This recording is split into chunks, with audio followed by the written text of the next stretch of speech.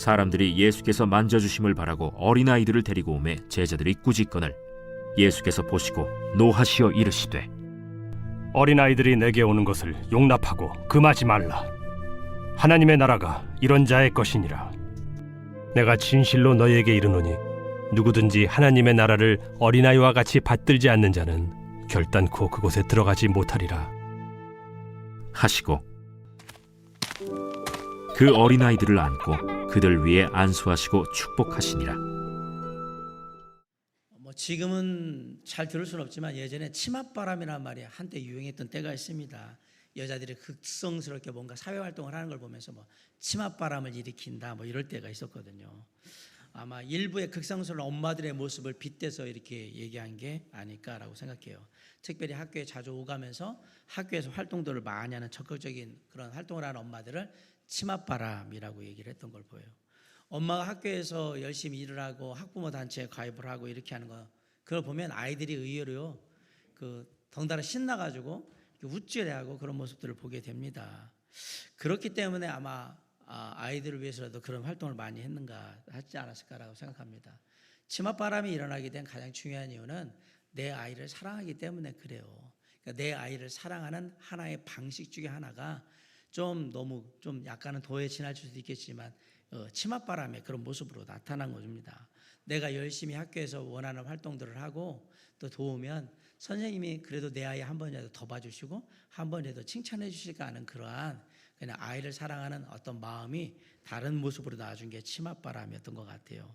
그래서 발벗고 열심히 뛰지 않았을까라고 생각하는데 그것도 이제 옛말이 됐어요. 왜? 지금은 학부모들이 학교에 갈 수가 없습니다. 선생님들도 학교도 원하지를 않습니다. 거의 방문을 안 해요. 저희 아이들 보면 초등학교 때는 그런데 중학교, 고등학교 가면 거의 선생님을 볼 일이 없어요. 초등학교도 마찬가지예요. 학부모의 도움을 받아서 학교가 운영되는 시대가 이미 끝났고요. 그냥 잘하면 교통 도움이나 사서 도움이 아니면 그냥 운영위원회 정도, 그 정도만 남아있지 나머지 것들은 거의 다 유명무실한 상태입니다. 아이들이 반장이 되면 옛날에는 치킨도 돌리고 빵도 돌리고 막 그랬는데 지금은 그런 거 없습니다. 아예 그런 걸 받지도 않아요. 그래서 이제는 학부모의 영향이 없이 아이와 그리고 교사 간의 관계가 온전히 이루어지는 곳이 학교의 모습입니다. 아마 내 아이의 길을 살리고 내가 아이를 사랑하는 그런 방법들이 하나가 치맛바람이었다면, 그래서 아마 그런 것들을 했다면 그것도 그냥 사랑의 방법이구나 그렇게 생각하면서 한 시대의 문화였다고 생각해 주시면 좋을 것 같아요. 자녀들이 누군가에게 사랑받고 축복받는다는 것은 지금 이 시대의 문제만은 아니고요, 예수님이 사셨던 그 당시에도 똑같았다라는 사실을 잊으시면 안 됩니다. 그 당시에도 똑같은 마음이에요. 모든 시대의 어머니의 마음은 내 자식이 사랑받기 원한다. 그건 다 똑같은 마음이다라는 얘기입니다. 본문에 나오는 사람들은 아마 어머니들 거예요. 어린 자녀들을 예수님께 데려와서 축복받기를 원하는 그런 모습을 보입니다. 그런데 이를 본 예수님의 제자들의 태도가 너무 놀라운 태도를 보여줍니다. 우리 13절 한번 다 같이 읽겠습니다. 시작. 사람들이 예수께서 만져주심을 바라고, 네, 제자들은 이런 바쁜 시간에 애들을 데려와가지고 예수님을 더 힘들게 만든다. 그래서 왜 데려왔냐라고 부모를 지금 꾸짖고 있는 겁니다. 그런데 이런 제자들의 태도는 예수님의 마음을 잘못 읽은 것이었습니다. 제자들은 예수님께서 앞으로의 사역이나 감당해야 될 여러 가지 일들 때문에 지금도 힘드신데 별 쓸모도 없는 애들이 와가지고 부모들이 데려와서 축복받게 기도해 주세요, 뭐 해주세요, 이게 예수님을 괴롭히고 힘들게 만든다라고 생각을 했고요. 사실은 예수님은 애들한테 신경 쓸 만한 그런 여력도 없고 오히려 아이들이 예수님을 방해할 거라는 그런 생각들 때문에 부모들을 꾸짖으면서 빨리 데리고 가라고 막 그렇게, 쉽게 말하면 제자들에게 아이들은 예수님의 사역에 안 좋은 존재들이었던 겁니다. 안 좋은 존재들. 당연히 예수님께서 귀찮아하실 거라고 생각을 했어요. 교회들 중에요, 아동부나 청소년부 애들은 헌금도 안 하고 맨날 받기만 하고 교회 예산만 쓰고 그렇게 생각했던 교회들은 거의 문 닫을 지경 같다는 사실을 잊으시면 안 돼요. 얘네가 자라가지고 이 아이들이 이제 헌금도 하고 이 아이들이 교회 사역도 한다는 생각을 못하고 장년들만 헌금하니까. 사실 솔직히 없으면 교회 모양새가 아동부 청소년부 없으면 안 되니까 그냥 모양새는 갖추고 그냥 그렇게 꾸역꾸역 가다가 다 지금은 문 닫을 상황이 돼버린 거예요. 예수님 사역 속에서도 그런 일들이 제자들을 통해서 보였는데 지금도 마찬가지입니다. 예, 조만간에 문 닫을 교회들 의외로 많을 겁니다. 신경을 안 쓰거든요. 귀찮거든요. 그런데 이런 제자들의 생각과는 반대로 예수님은요, 어린아이들이 내게 오는 것을 용납하고 금하지 말라. 하나님의 나라가 이런 자들의 것이니라 라고 말씀을 하세요. 제자들은 아이들을 무시했는데 예수님은 이 아이들이 천국에 들어가기에 가장 합당한 존재들이라고 얘기하고 있는 겁니다. 사랑하는 성도 여러분, 우리는 우리의 아이들을 과연 어떻게 대우하고 있습니까? 야, 너 하는 집 보니까 잘 되기는 다 틀렸다. 네가 하는 게 다 그렇지 뭐.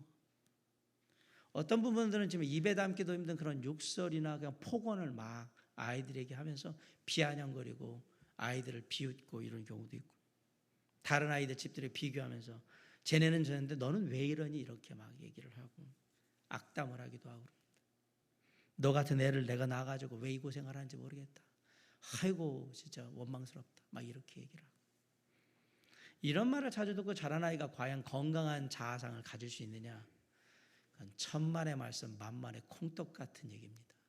없습니다. 그래서 어떤 부모들은 아무 데서나 그냥 아이들이 좀 잘못하면 그냥 뭐 뒤통수 이런 데를 막 때리고, 그러면서 똑바로 안 하냐고 막 폭언을 하고, 걸핏하면 감정을 휘두르면서 폭력을 휘두르고 그럽니다. 맞아야 정신 차리지. 네가 아직 덜 맞아서 그래. 막 이렇게 얘기를 하고. 이러면 아이들이 우리 엄마 아빠는 정말 나를 사랑하는 그런 분들이구나 이렇게 생각할 수 있겠습니까? 사랑하는 성도 여러분, 아이들이 내 인생에 도움이 되고 안 도움이 되고 그런 기준을 판단하는 기준으로 아이들을 삼지 마세요. 아이들이 내 인생을 망쳤다? 그런 말도 하지 마세요. 그럼 왜 나왔어요? 이 아이들 때문에 내가 힘들다? 그런 얘기를 왜 해요? 그럴 거면 나지도 않고 결혼하지도 말지. 아이들은 우리의 유불리를 따지는, 이익과 불이익을 따지는 기준이 절대 아닙니다. 그건 그리스도인다운 생각이 전혀 아닙니다. 세상 사람은 그래도 우리는 그러면 안 돼요. 제자들이 봐요. 예수님의 사역에 지금 예수님 하시는 일에 애들이 도움이 안 돼. 애들은 가라. 무슨 뭐 약장수예요 뭐예요. 가. 오지 마. 방해되니까 오지 마. 빨리 데려가. 왜 이런 애들 데려와가지고 예수님 사역하는데 방해나 그 말이야. 가라고 막 그러고. 이게 예수님 시대만의 얘기냐? 아니요, 우리 가정, 우리 교회 얘기일 수 있다라고 제가 말씀드리는 겁니다. 어느 교회에서 애들이 막 떠드니까 에이 시끄러워 주니까 애들 좀 어떻게 좀 하라고. 그분이 교회를 나가셔야 되는 분인 거예요. 그분이 교회에 필요 없는 분인 거예요. 그분이. 이 말하면 또 혹시 찔리신 분이 계실지는 모르겠지만 그분이 필요 없는 분인 거예요. 그분이. 그러시면 안 돼요. 아이들을 거추장스럽다고 여기고 귀찮게 여기고, 이 애들이 뭔 교회에 도움이 되는가, 그냥 행사할 때 이렇게 나가가지고 한번 찬양하고 들어가면 그거 보려고 우리가 이거 하고 있나, 이렇게 생각하시면 큰일 난다 이 얘기입니다. 불평 속에 자란 아이는 비난을 배우고요, 적대감 속에 자란 아이는 싸우는 걸 배웁니다. 조롱 속에 자란 아이는 부끄러움을 배우고, 수치 속에 자란 아이는 죄책감을 배웁니다. 너그러움 속에 자란 아이는 인내할 줄 알게 되고요, 격려 속에 자란 아이는 삶의 자신감을 갖게 됩니다. 찬양을 듣는 가운데 자란 아이는 감사할 줄 알게 되고요, 공정함 속에 자란 아이는 정의를 배우게 됩니다. 그 다음에 평안함 속에 자란 아이는 믿음을 갖게 되고요, 인정받고 사랑받는 곳에 자란 아이는 자기 자신이 얼마나 소중한 존재인지를 알게 돼요. 용납과 애정 속에, 사랑 속에 자란 아이는 세상을 사랑할 줄 알게 됩니다. 그거 다 어디서 일어나느냐? 우리가 어떻게 하느냐에 따라 달린 얘기입니다. 부모와 어른들이 어떻게 아이들을 교육하고 함께 했는가. 아이들에게는 아이들인 만큼 자신들을 격려해주고 축복해주는 부모와 어른들, 그리고 교사들이 많이 필요한 겁니다. 사랑하는 성도 여러분, 예수님의 마음을 정확하게 읽으셔야 합니다. 저와 여러분의 마음이 제자들의 마음이 되면 큰일 나는 겁니다. 예수님의 마음으로 그들을 보다듬고 그들을 사랑하고 축복하며 늘 격려할 줄 아는 그러한 어른이 되어야 되고 부모가 되어야 하는 거예요. 어떤 부모님들은 아이들과 늘 얘기할 때 우리 아들 사랑해, 그리고 우리 딸 사랑해 이렇게 마무리를 한다고 하는데 제가 이거 딱 보면서 나는 여기도 또 실패를 했구나. 제가 아이들한테 얘기할 때 마지막에 아들 사랑해, 전 아들이 셋밖에 없으니까 이런 말 거의 못했거든요. 참 실패가 많은 아버지예요. 부모로서는 별로 좋은 부모는 아닌 것 같아요. 사랑하는 성도 여러분, 지금이라도 늦지 않았으니까 얘기해 주세요. 아들 사랑해, 우리 딸 사랑해 라고 해주세요. 아이들은 그렇게 어른들의 격려와 위로와 축복을 받으면서 사는 겁니다. 그게 우리의 자녀들을, 그리고 몸된 교회의 아이들을 귀히 여기는 방법이에요. 아이들을 바라보면 정말 사랑해, 정말 고마워, 너희들이 있어 정말 행복해 라고 얘기해 주셔야 돼요. 아멘. 그게 교회예요. 그래야 이 아이들이 다음 세대로 이 교회를 이끌어가게 될 겁니다. 제자들의 마음이 아니라 예수 그리스도의 마음을 닮아서 늘 아이들을 귀히 여기고 그리고 사랑하고 축복하는 우리 교회, 우리 성도, 우리 어른들이 될 수 있기를 주님의 이름으로 간절히 축원합니다. 두 번째로 우리가 생각해야 될 건 아이들에게서도 배울 수 있어야 합니다. 14, 15절 한번 다 같이 읽겠습니다. 시작.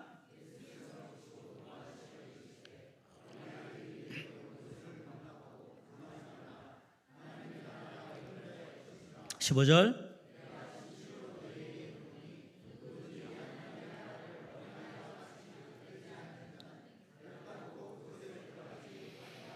네. 예수님께서 어린아이와 같은 마음으로 하나님의 나라를 받들어야 된다라고 했습니다. 어린아이와 같은 마음으로 하나님의 나라를 받든다는 그 뜻이 뭘까? 여기서 말하는 어린아이는 유치하고 그냥 생각이 짧고 단순하고 실수가 많고 그런 거 얘기하려고 하는 게 아니고요. 순수한 아이. 그리고 고집 부리지 않고 하나님의 말씀을 전적으로 따를 줄 알며 순종하는 그런 겸손한, 그리고 무엇이든지 부모를 의지하듯 하나님을 의지할 줄 아는 그런 신앙을 가진 사람을 말할 때 어린아이라고 지금 얘기를 한 거예요. 사람이 인생을 살다 보면 나름대로 인생을 살아가는 가치관이나 철학을 가지게 됩니다. 그런데 그 가치관이나 철학이 너무 강해지다 보면 이게 이제 사람의 주관이 되는데, 주관이 너무 또렷해지게 되면 고집으로 바뀝니다. 그래서 어느 순간부터 사람이 이제 고집을 부리기 시작하는데, 사람이 고집을 부리는 순간부터 사람은 좀스러워지기 시작하는 겁니다. 나이 40이 넘어서 10살짜리 아들하고 막 하면서 무조건 이기려고 해요. 어떻게든지. 그 10살짜리 이겨가지고 뭐 하겠다고 이깁니까? 그냥 아이들이 잘못해. 도대체 넌 누굴 닮아서 그러니? 누굴 닮긴 누굴 닮아요? 아빠 엄마 닮았지. 전혀 동의가 안 되시죠, 그죠? 나는 이런 사람이 아니었는데. 아니에요, 당신은 그런 사람이었어요. 그래서 당신의 자녀들이 그렇게 하는 거예요. 한 분만 아멘하는 거 제가 들었어요. 애들이 그럴 때는 생각해야 돼요. 내가 잘못했구나라고 생각해야지, 너는 누구 닮아서 그렇게 하냐고 자꾸 묻지 마세요. 엄마 아빠, 그럼 쟤 주워온 아이 아니잖아요. 엄마 아빠 자식이면 엄마 아빠 닮았겠지, 누굴 닮았겠어요. 밖에서 영향 받아봤자 부모의 영향을 넘어가지 못합니다. 그러면 아이들이 잘못되거나 문제가 있거나 그러면 다 누구 책임이에요? 내 책임이지. 그걸 갖다가 얘네들한테 뒤집어 씌우면 어떡해요. 그러면 제가 얘기하잖아요. 뭐하러 결혼하고 왜 자식을 왜 낳았어요? 책임 없는 짓은 하지 말란 말입니다. 그리스도인답게 하세요. 이거 내가 부족했고 내가 이게 함께하지 못하고 내가 채우지 못해서 일어난 일이라고 생각을 해야지. 그러니까 솔직히 저도 우리 애들한테 애들이 잘못하고 말 안 듣는 그러면 할 말이 없는 게 다 어떻게 내 탓인 걸. 내가 그렇게 해서 이렇게 아이들이 이렇게 된 걸 어떡하냔 말이에요. 저나 여러분이나 똑같아요. 목사 자식이라고 다를 게 있나? 아니요, 똑같아요. 제가 잘못한 거예요. 저와 제 아내가 부족했기 때문에 애들이 그렇게 하는 거예요. 그걸 어떡하라고요? 이 중에 그걸 해결할 수 있는 방법도 제가 말씀을 드리겠지만 생각을 하셔야 됩니다.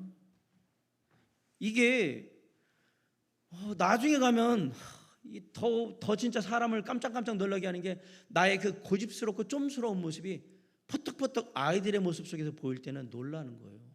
저러면 안 되는데 내 모습을 그대로 닮아가지고 저러고 앉아있네. 이러면 얼마나 답답하겠습니까? 사랑하는 성도 여러분, 저와 여러분의 나이가 들어가면 들수록 삶이 순수해지고 있습니까? 이제 세상을 살아가는 경험이 쌓이면 쌓일수록 더욱더 기꺼이 겸손해지고 기꺼이 뭔가를 배우고 누군가의 말을 귀 기울여 들을 수 있는 그런 마음들이 생기던가요? 혹시 나이 들어가면서 계속해서 이제 내가 얘기하는 것만 옳고 이게 맞다고 고집 부리고 상대방이 생각하는 거나 생각에 말하는 것들은 일방적으로 무시하면서 그런 거 아니라고 그래서 핏대 올리면서 그러고 있지는 않습니까? 사실 나이가 들으면 들수록 하기 힘든 게 뭐냐? 미안합니다. 죄송합니다. 잘못했습니다. 이런 말하는 게 가장 힘들어요. 왜? 나이 들면 들수록 남는 건 자존심밖에 없으니까. 나이 들면 들수록 내가 잘못한 거, 실수한 거, 문제 있었던 걸 인정하는 게 싫은 거예요. 자존심 상하고. 그러니까 그냥 누가 송 집사님 이거 잘못된 거 아닙니까? 내가 지금 실수하고 잘못한 거 지적하면 그냥 그때부터 그 얘기 들으시고 그냥 팍 화내면서 그냥 내가 하는 말이 막 이렇게 소리 지르고 그 이유가 뭐예요? 자존심 상한다 이 얘기 아닙니까? 인생을 잘못 사셨어요. 저는 평택의 사방이 논인 평야인 지역에서 자란 사람입니다. 어린 시절에 저는 벼가 자라는 걸 정말 많이 봤습니다. 벼는 익을수록 고개를 뻣뻣이 쳐들지 않습니다. 익으면 익을수록 벼는 항상 고개를 숙였던 거예요. 자, 인생이 익어가면 익어갈수록 사람은 어떻게 된다? 겸손해지는 겁니다. 나이 들어서도 고기 자꾸 뻣뻣이 들면서 승질 부리는 거 그거 철이 덜 든 거예요. 철분제 먹어야 돼요. 뭐 원하시면 제가 철분제 좋은 거 소개시켜 드릴 테니까 철 좀 드세요. 나이가 들으면 들을수록 사람은 겸손하게 고개를 숙일 줄 알고 자신의 잘못이나 연약한 부족함에 대해서 제가 부족합니다. 제가 이런 부분에 참 모릅니다. 라고 인정하는 게 좋아요. 그러면 젊은 세대는 그런 사람을 존경해요. 그런데 괜히 너 몇 살이야? 주민등록민증 까자 막 이래버리면 꼰대로 알고 쳐다도 안 봅니다. 이게 젊은 세대들은 진짜 무섭습니다. 이게 그렇게 나이 가지고 밀어댈 일이 아닙니다. 사랑하는 성도 여러분, 우리는 시간이 지나면 지날수록 신앙의 연륜을 더하면 더할수록 겸손해지고 사람이 너그러워져야 되는 거예요. 근데 놀랍게도 나이가 들어가면 들어갈수록 이게 안 되는 거예요. 이게 괜히 기분 상하고 말이야. 누가 나한테 뭐라고 그러면 그냥 듣기 싫어가지고 내가 다 두고 보자 내가 어떻게 하는가 막 이렇게 성질 내고 막 그러고. 그러니까 막 무슨 말 싫은 소리 한 마디만 들으면 쉽게 상처를 받고 막 자기 합리화 그게 아니라고 막 계속 변명하게 되는 일들이 반복이 되면 사람이 추해진다. 그는 젊은 사람들이 아직 인생을 모르고 아직 그 객기가 남아있구나 그럴 때나 그렇게 사는 거지. 40, 50, 60, 70대 가지고도 객기 부리고 산다 그러면 그 인생 그거 어떡합니까? 젊은 사람들은 그래 아직 인생을 모르니까 니들은 그렇게 해도 된다. 그래 이렇게 볼 수 있는 거지. 나이 50이 넘어가지고 객기 부리면서 그렇게 산다 그러면 아이고 같이 있는 사람 웬만하면 가까이 그런 사람 두지 마세요. 왜? 나도 힘들어져요. 제가 얘기합니다. 자 보세요. 제가 얘기했어요. 자기의 잘못이나 연약함을 인정하는 게 힘들다라고 했어요. 그래서 예수 믿기가 어려운 거예요. 나이 들어가지고는. 왜? 죄인입니다. 예? 죄인인 거 아는데 죄인이라고 얘기하니까 더 기분 나빠. 내가 왜 죄인인데요? 성경이 이렇게 해서 죄인이라고 얘기하잖아요. 뭐 남들은 뭐 죄 안 짓나요? 아니, 남들 얘기하지 마시고 아무개 씨는 죄인이라고요. 알았어요. 왜요 이게? 나이 들어서는 자존심만 남으니까 죄인입니다. 당신은 아무것도 할 수 없는 존재입니다. 당신은 주님의 은혜가 필요합니다. 이런 얘기하면 알긴 알겠는데 받아들이기 힘들어요. 그래서 나이 들어서는 예수 믿는데도 시간이 많이 걸리는 거예요. 내 애들은, 어린아이들은 너 이거 네가 잘못한 거야. 네, 죄송해요. 다음엔 이렇게 해야 된다? 네, 알겠습니다. 다음엔 꼭 그렇게 할게요. 애들은 탁탁 바꿔요. 그래서 예수를 쉽게 믿는 거예요. 자기의 잘못이나 연약함, 부족함이 뭔지를 인정할 수 있으니까 나머지가 쉬운 거고, 나이 들어서는 그게 인정이 안 되니까 나머지가 다 어려운 거예요. 그럼 아이들은 왜 이렇게 쉽게 받아들이는가? 그 아이들은 겸손하기 때문에 그런 겁니다. 어린아이의 마음은 겸손한 마음이거든. 배울 줄 알고 누군가의 지적에 대해서 그걸 다 수용할 줄도 아는, 놀랍게도 겸손한 심령이기 때문에 그래요. 그래서 우리는 아이들한테 무엇을 배워야 된다? 겸손을 배우셔야 합니다. 초대교회의 유명한 기독교 철학자이자 사상가였던 어거스틴이 어느 날 한 제자가 어거스틴과 함께 하면서 물어봤어요. 스승님, 기독교의 가장 큰 덕목, 그게 뭡니까? 어거스틴이 가만히 생각하다 겸손이라고 대답했어요. 예. 그러면 두 번째로 큰 덕목은 뭡니까? 그것도 겸손. 네. 그럼 세 번째 덕목은 뭡니까? 그것도 겸손. 기독교는 겸손의 종교입니다. 주 아래서 겸손하라. 일본 메이지 다이소 시대에 유명한 기독교 지도자가 있어요. 우찌무라 간조라는 일본에.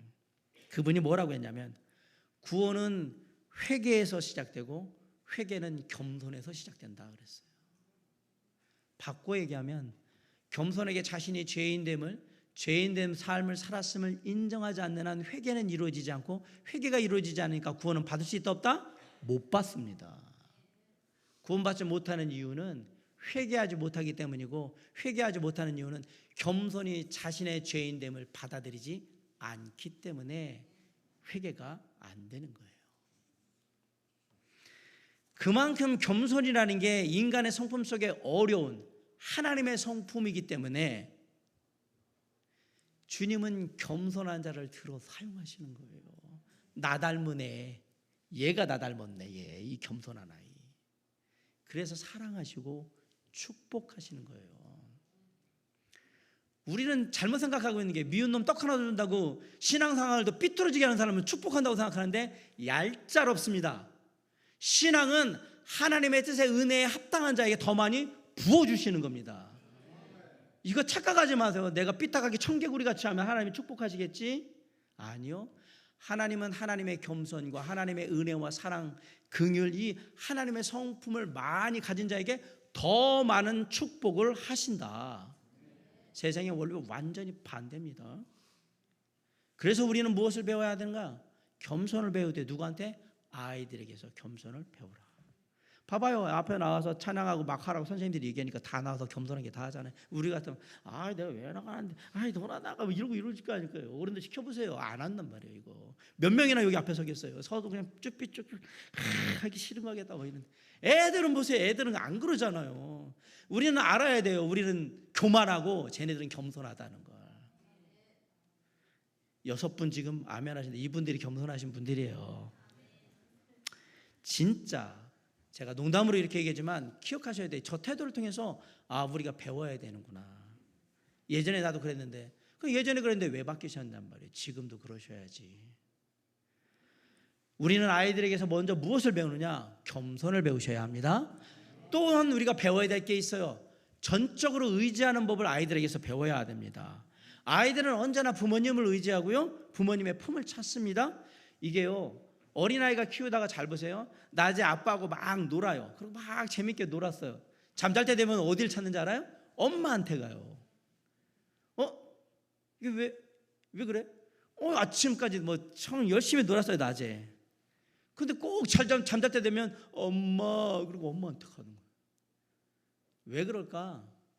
자, 여기 놀라운 역사가 있습니다. 아이가 태어나면 제일 먼저 안기는 품이 엄마예요, 엄마. 아이는 엄마의 품에 안겼을 때 안정감을 갖고요. 두 번째, 엄마 품에 계속 안기면서 나의 엄마의 특유의 냄새를 확인합니다. 그걸 따라서 엄마가 누군지를 아는 거예요.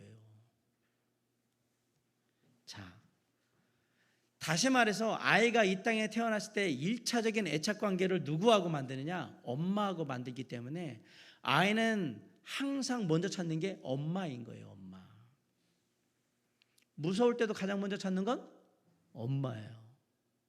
그리고 슬플 때에도, 힘들 때에도, 그리고 배고플 때에도 제일 먼저 찾는 건 누구예요? 엄마예요.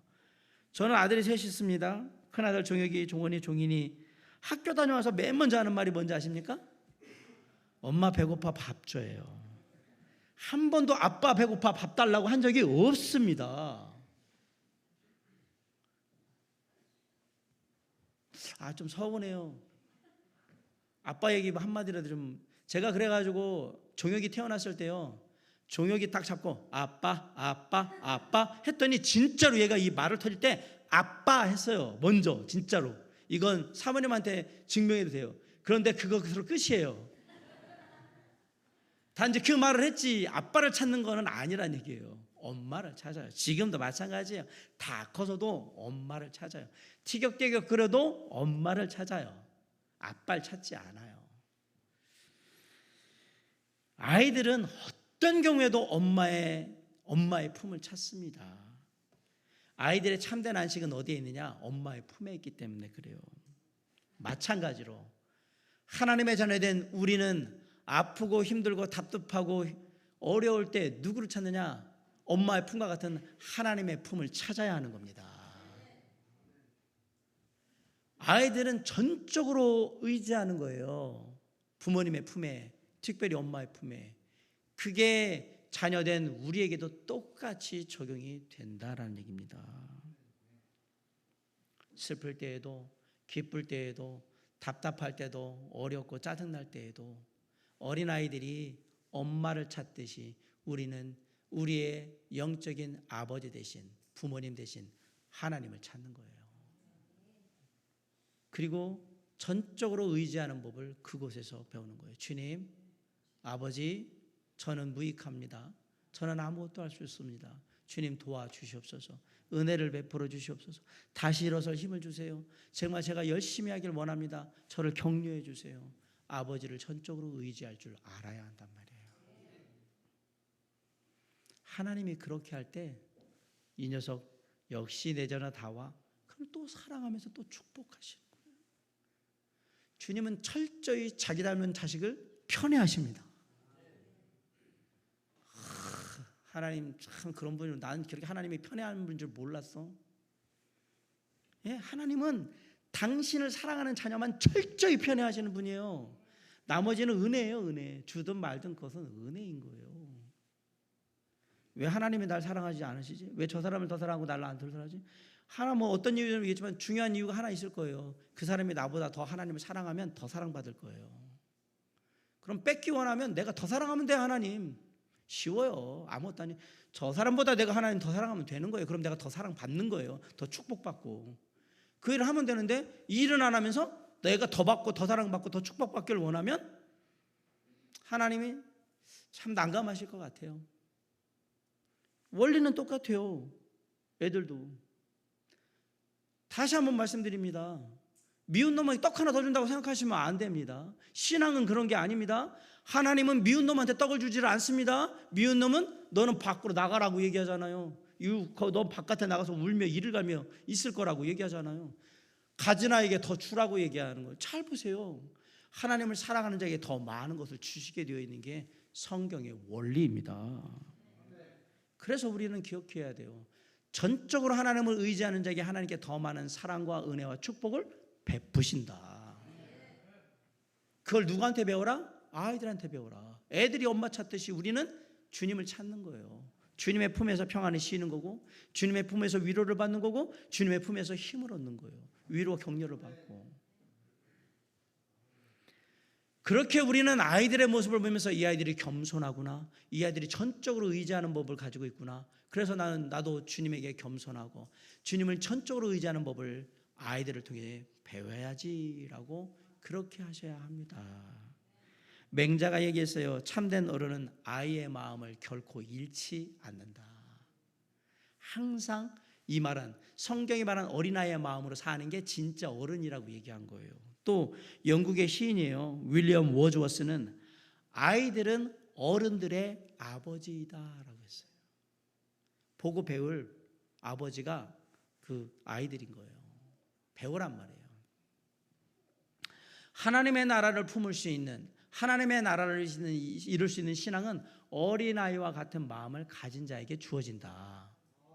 오늘 얘기는 그 얘기입니다. 계산적이지도 않고요. 늘 선한 마음으로 함께하고요. 그리고 깨끗하고 순수한 마음으로 부모님 바라보듯이, 엄마 아빠 바라보듯이 그렇게 하나님 바라보는 그 어린아이야말로 하나님의 나라에 가장 적합한 사람. 바꿔 얘기하면 어린아이의 마음을 가진 자가 하나님의 나라를 소유한 자이다라고 얘기하는 겁니다. 여러분, 아이들은 잘못됐을 때 얘기 들으면 금방금방 고쳐요. 그리고 빨리빨리 그렇게 해요. 그리고 나만 의지해 그러면 의지해요. 딴짓거리 안 하고 한눈 팔지 않아요. 예수님이 지금 우리에게 얘기해요. 겸손하게 나만 의지하라고, 하나님만 의지하라고 우리에게 권면하고 계신 겁니다. 사랑하는 성도 여러분, 오늘 우리 아이들을 통해서 내가 더욱더 겸손해지고 더욱더 주님만을 전적으로 의지하는 마음을 배워서 늘 내 안에 하나님의 나라를 소유한, 그렇게 살아가는 우리 교회, 우리 성도들, 그리고 우리 어른들이 될 수 있기를 주님의 이름으로 간절히 축원합니다. 마지막으로 아이들을 좀 축복하셔야 합니다. 오늘 설교의 제목처럼 우리 16절 한번 읽어볼까요? 시작.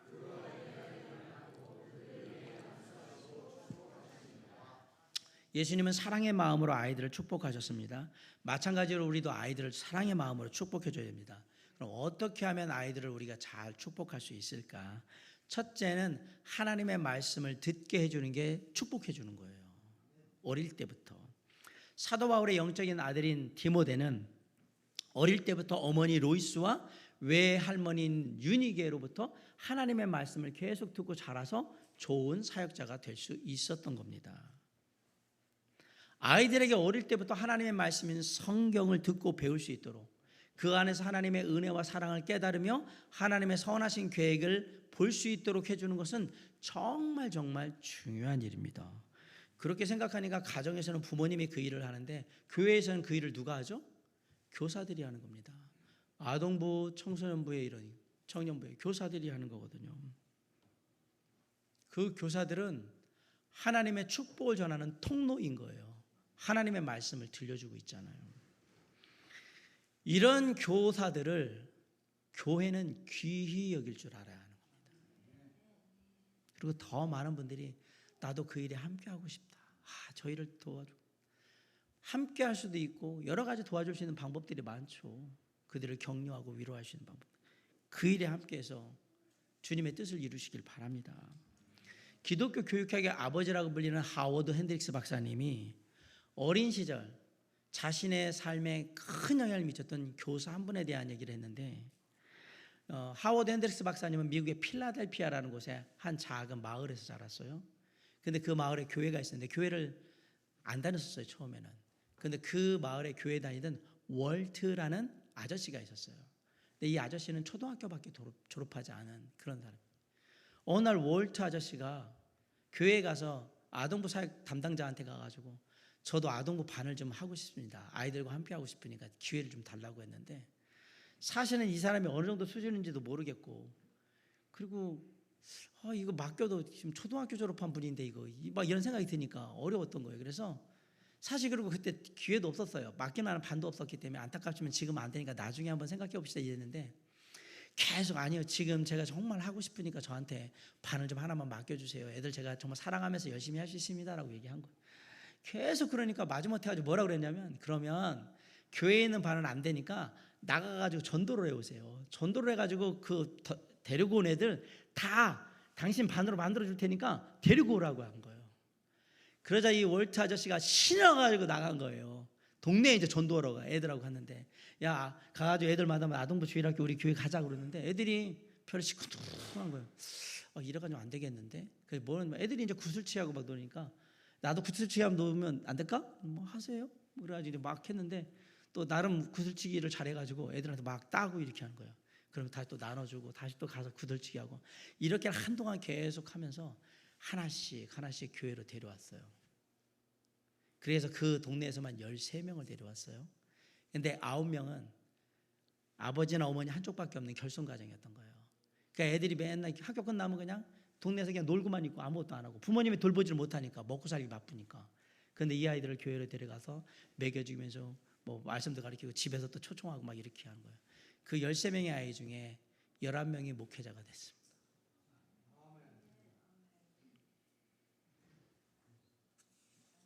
이 초등학교밖에 못 나온 이 아저씨가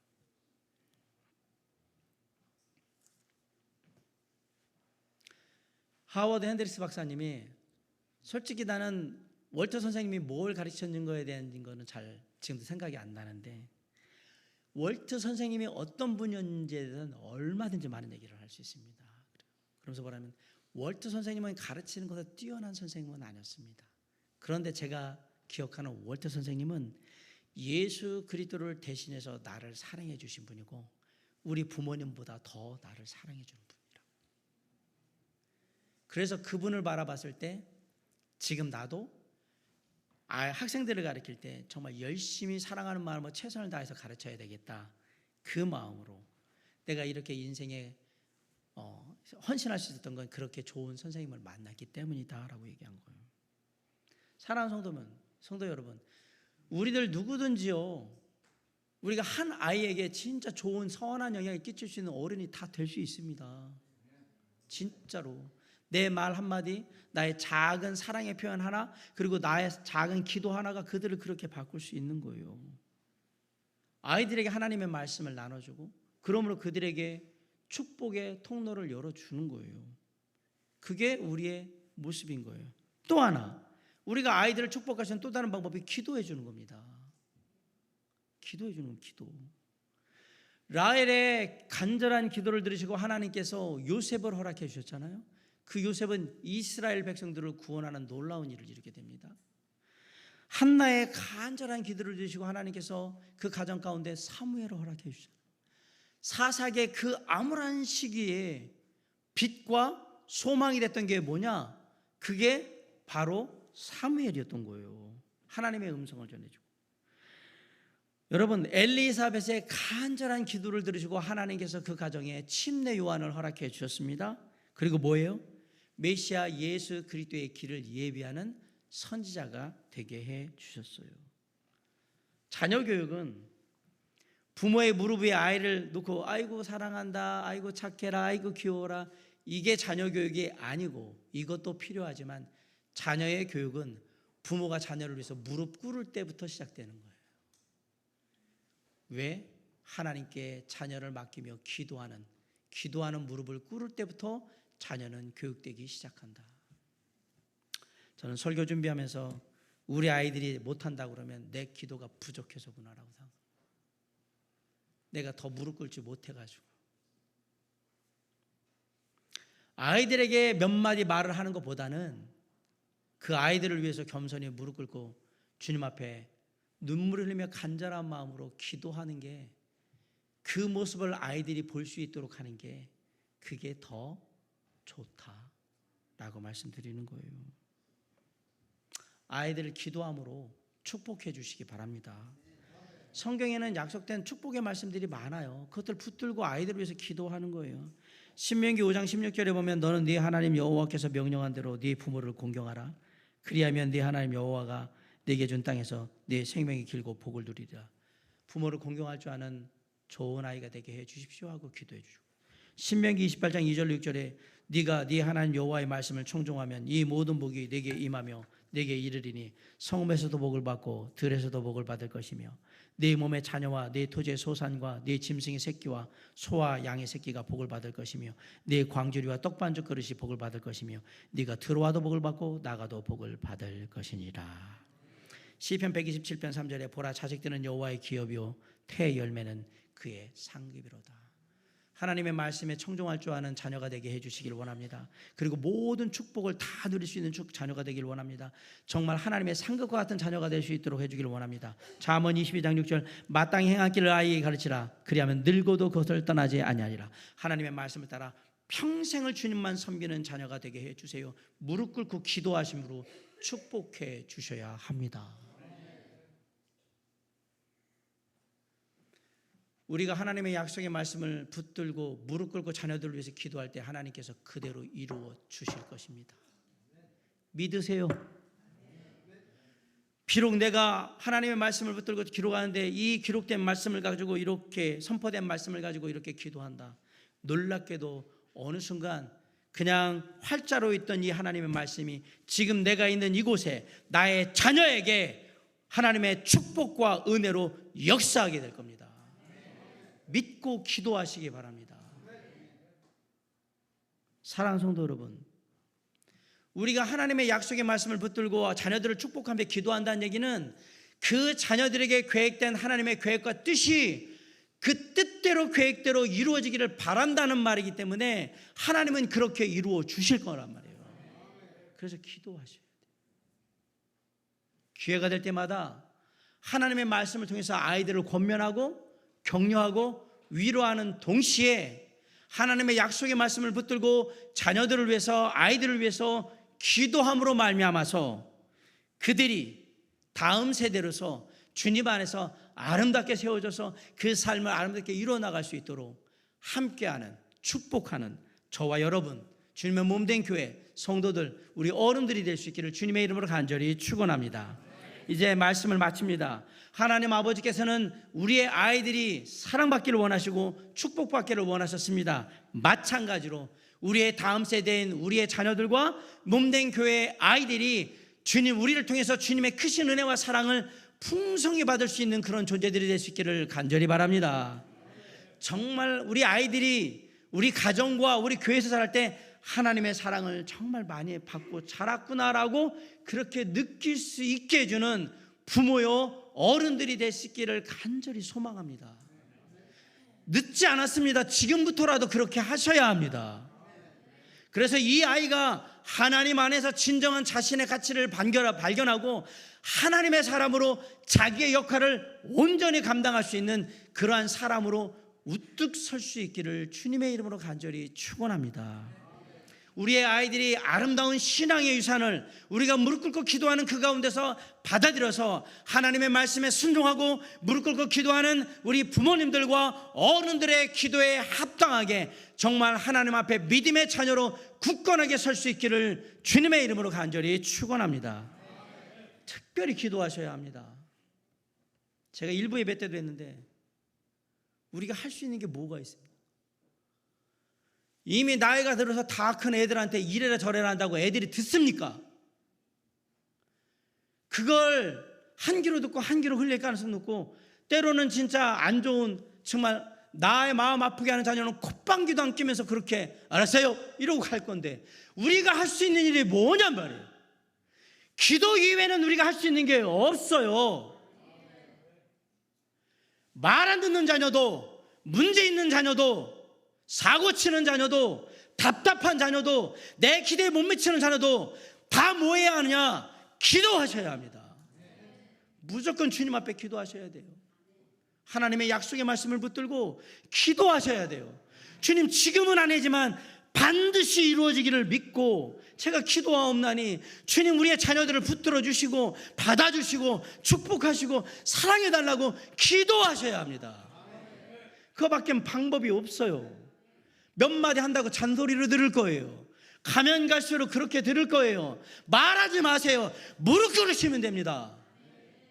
그게 자녀들을 돌이키는 가장 확실한 방법입니다. 그거를 어린아이일 때부터 아이를 위해서 기도하며 하나님의 말씀으로 그렇게 키운다면 얘가 사고를 친들 문제를 일으키든 얼마나 사고를 치며 문제를 일으키겠습니까? 주님 안에 붙들린 자녀인데 그게 신앙의 연륜인 거예요. 사랑하는 성도 여러분, 우리 아이들이 하나님의 뜻을 따라서 하나님의 계획하심을 따라서 그 인생이 드려지기를 간절히 원합니다. 정말 우리 아이들이 가정과 교회에서 축복받는 애들이 되길 간절히 원합니다. 우리 가정과 우리 몸된 교회에 있는 어린 다음 세대들이, 아동부, 청소년부, 청년들이 주님 안에서 늘 우리를 통해서 사랑받고 관심받으며 축복된 가운데서 하나님의 말씀과 기도 가운데 축복받고 그러는 가운데 세상에 나아가서 하나님께 계약하신 자신의 삶을 당당하게 살아갈 줄 아는 그런 놀라운 역사가 우리의 가정과 주님의 몸된 교회 가운데 계속해서 이루어질 수 있기를 주님의 이름으로 간절히 축원합니다. 기도하시겠습니다.